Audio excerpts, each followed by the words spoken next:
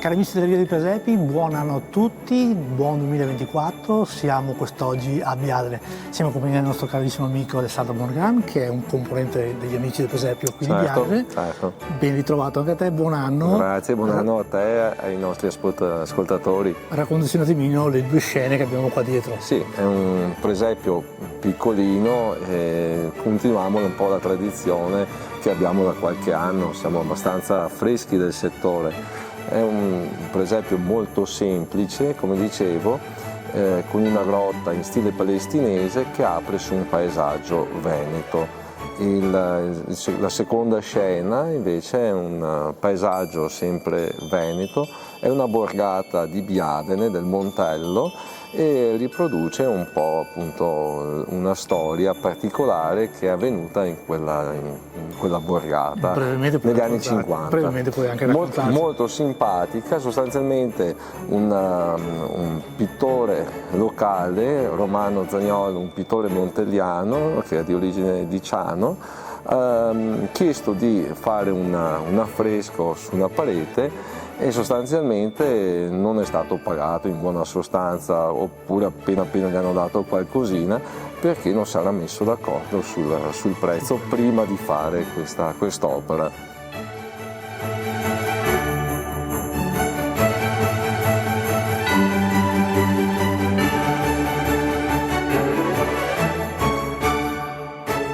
Alessandro, naturalmente grazie enorme a tutti i volontari che ti hanno dato una mano.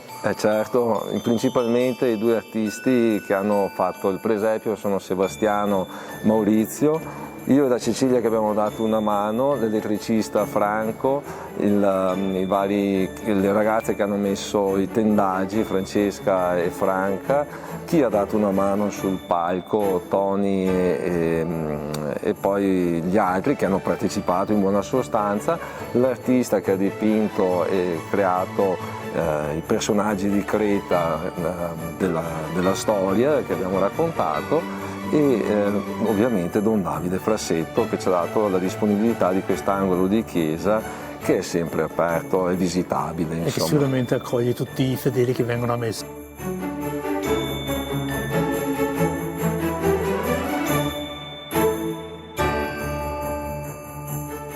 Ormai il Capodanno è passato, però il presepio resterà aperto fino al 2 febbraio. Qui c'è la tradizione appunto del nostro parroco, Don Davide, che praticamente chiude il presepio con la ceriola, che è un altro evento del battesimo di Gesù, insomma. Ecco. In che orari sarà aperto?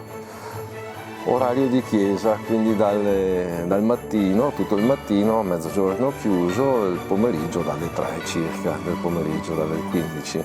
Ecco, quindi avete capito bene, la Via dei Presepi quest'oggi a Biadene, noi vi diamo appuntamento fino al 2 febbraio, qui nella chiesa parrocchiale, venite a visitare questo presepe, Alessandro e tutto il suo staff vi danno gli auguri e vi danno un appuntamento per venire qui a trovarvi, che sicuramente vi divertirete a vedere queste due bellissime scene. Noi vi diamo appuntamento a domani, se lo volete scoprire dove, dovete fare che seguirci. Buon anno a tutti e buone feste. Buon anno Alessandro. Grazie altrettanto, grazie Luigi, grazie mille.